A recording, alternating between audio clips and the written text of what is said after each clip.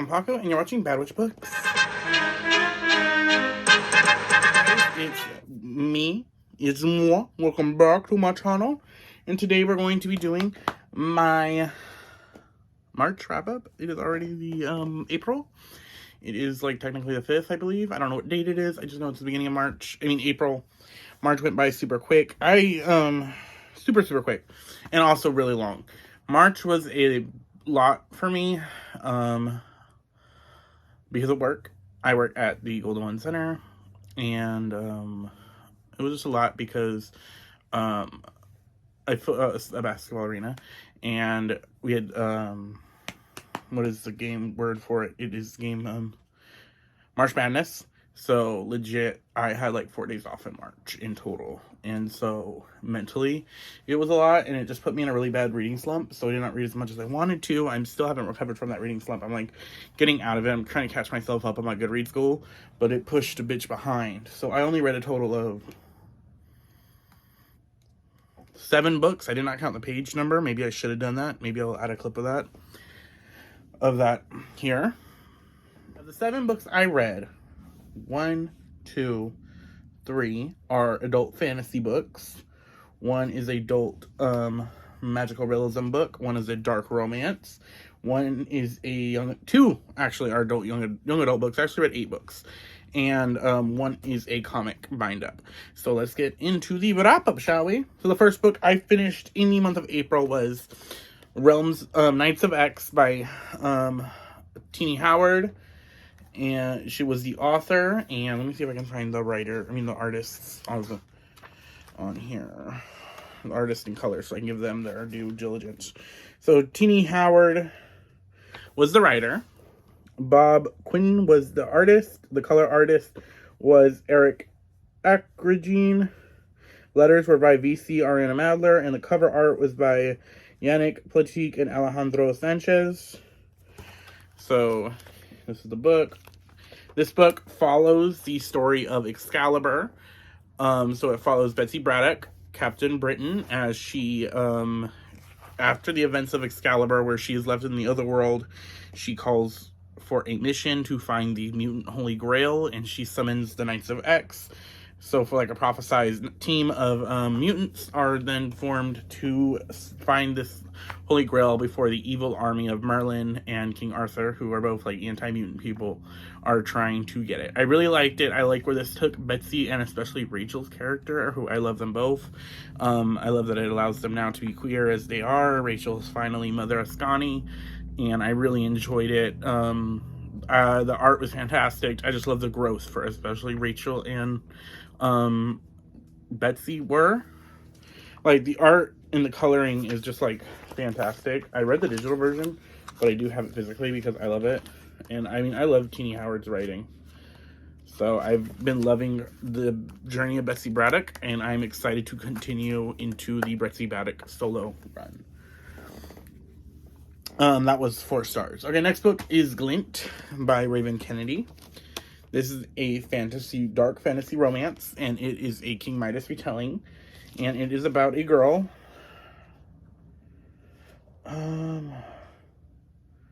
What is her name? Honestly, I don't even remember her name. But it's about a girl. She is the golden prisoner, so her skin is completely gold, and she has these, like, ribbons attached to her back that she can control. And she is, like, the top concubine of King Midas, who is the king of one of the kingdoms in the series. And he has the ability to turn things to gold, because he's like King Midas. And, I'm going to say a lot. She is his treasured pet, like his golden pet, basically. And so it goes as machinations happen for Midas to get more powers with the other kingdoms. And then she is sent to him, and shit happens, and she is forced to, like, relive trauma. I did not care for this book. I thought it was dark at scenes for no reason. I thought that this very much read like the first part of one book. I felt like the way the world building was done was really poorly. This is the first time I'm going to be talking bad about a book, but I thought the world building was done really, really poorly. Like, at one point in the book, we're like 70% of the book where elves are introduced, or the Fae. and she acts like we knew the Fae were already in this world, and it legit paused, and it's like, in the story it goes, oh, he's Fae, and then it pauses the story, and we get this whole, like, chapter backstory of what the Fae are in this world, and where they came from, and it just felt really unclunky. So I did not like that. I didn't care for the romance, because I mean, this is a dark romance, and I just didn't care for our heroine at all, so I will not be continuing the series. I am sorry, Princess, that I made you go through this. Because we buddy read this with Princess from Castle Library. So yeah. Next book I read is a chonker. I finally read Priory of the Orange Tree by Miss Shannon, Samantha Shannon. This is a big, chunky fantasy book, like over 800 pages. And it is about a world where the East and West are divided. No, it's the East and South are divided. Is it the East? No, it's the East and West are divided for how they see dragons. In the West, they are demons. They are creatures of fire and evil. And in the East, they are gods, creatures of water and life.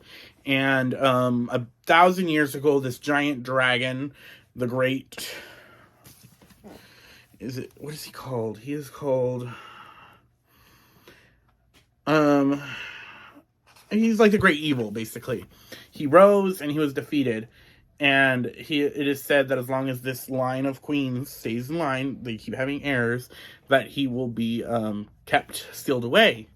And one of the protectors of the queen that she doesn't know is one of her maidens, her like handmaidens, and she has the secrets of her own.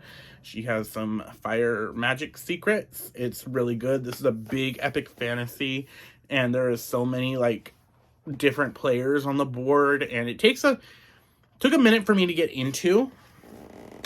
Like it took a minute for me to get into it and to like actually really like it. But once I liked it, like 100 pages in the audiobook, I don't know how much that was. But once I like started understanding who was who, I was all for this. This book was so good. I did not expect to like it that much, but Miss Shannon wrote that book. She did really well. I loved it. Once I knew there was a Witch of the Woods, I was sold. I was like, oh, there's a Witch of the Woods here. I'm ready. It was really good. I'm gonna say again. God dang. But I gave it 5 stars, so there's that. I'm really excited for the prequel that just came out, and I'm glad that I got another book marked off on my 23 for 23 video challenge. So the next book I read was The Last Tale of the Flower Bride by Roshani Chokshi. This was for my book club, the Enchanted Forest Book Club, which my book club is a book club where we pick a fantasy book, fantasy, sci-fi book, or comic by a BIPOC author, and we discuss it, and the discussions happen in my Discord, which the link will be down below for that. The the April pick is, what is the book called? The Trail of Lightning by Rebecca Roanhorse, and that it will be the Discord down below, in the Discord down below. But this book is about a guy who marries this woman, mysterious woman. He marries her even though he doesn't really know her that well. And she's beautiful, she's rich, and they're having a very fairy tale-esque life. And she's like, I'll marry you. The only thing is you can't ask me anything about my past. And he's like, okay. And they live happily until her aunt dies and she has to go back home. And he's like, okay, I'll go back home. But he starts to like, it's very mysterious at the House of Dreams where she's from. And like secrets are revealed. And he finds that it's just not as glamorous as it appears. I really like this book. I love the way that she described it, where the author says this is not a fantasy but a fairy tale. The writing was beautiful, it was immaculate, and it was very flowery for a reason. I really enjoyed that. The twist was fun. I really enjoyed our characters were awesome. Well, awesome's a stretch, because like they were irritating, but the characters were written well for them to be irritating. I would love to see this as a movie. I think it would be really good and fun as a movie, and to see people's reactions to it. But yeah, I gave this 4 stars. So the next book I have is a book I do not have, and that is Wildbloods by... Should I know the author's name? Yes, I should. So the next book I read was Wildblood by Lauren Blackwood. This book takes place in the wilds of Jamaica, and it follows a girl who is a wildblood, so she has blood magic, and she tries to she works for this trading company that like will take people through the jungle on expeditions, and the Wildbloods are there to protect the people because of the magic. The forest is dangerous.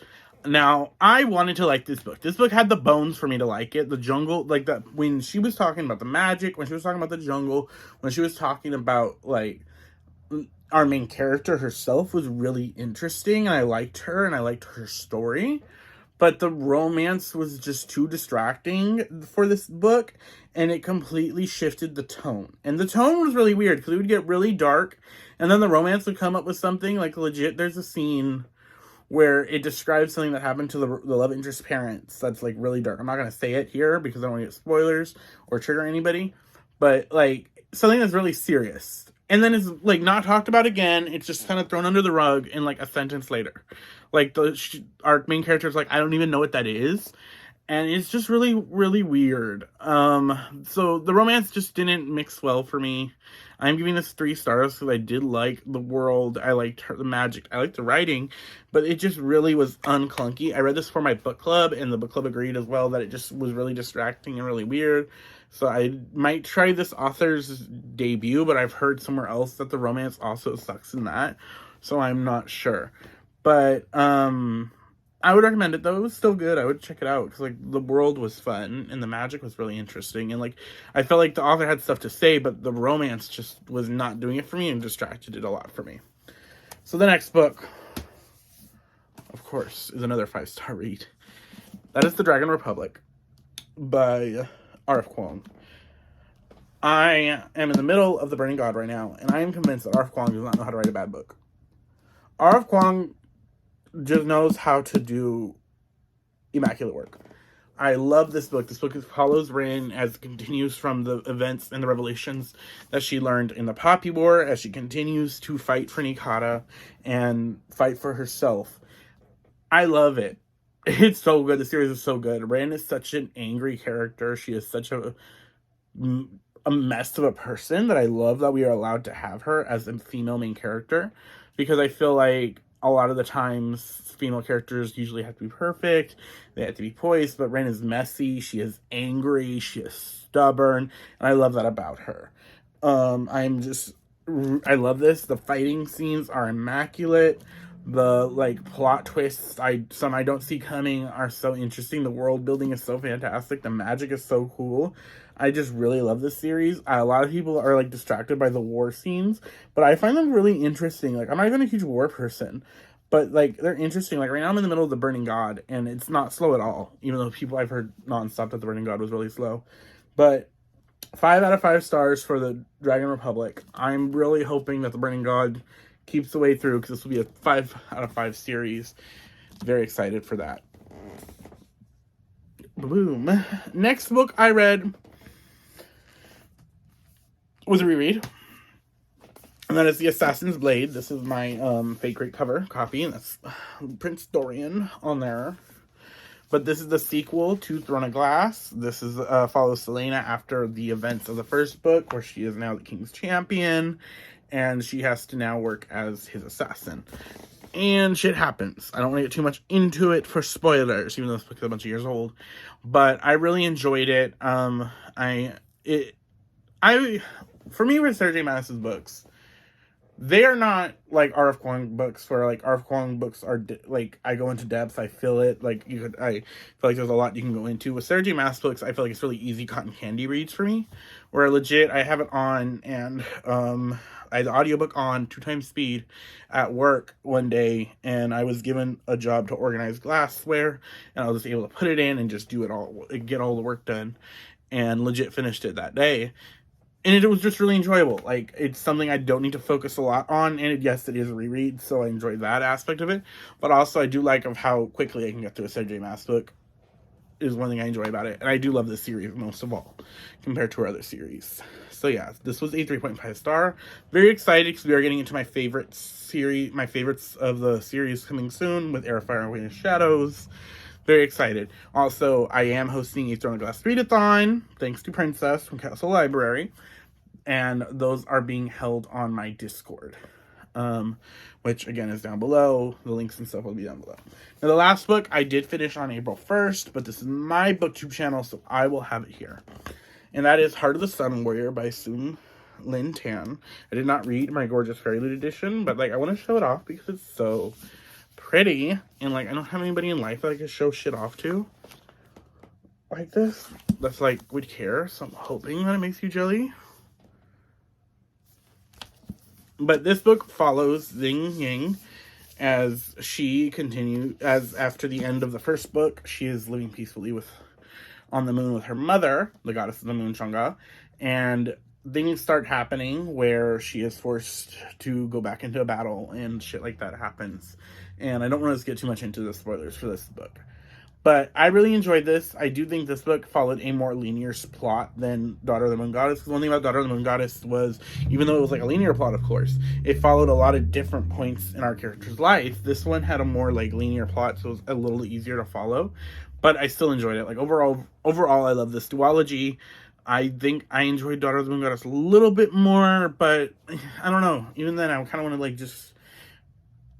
This is a 4.5 stars, so it was really good. I love them both. They might be like top 10 books of all time this year. Not all time, but like of the year, like the last one was. But this was really good. I enjoyed it. A good way to wrap the month up. It was a good book I could actually physically read because I was having a hard time physically reading this month.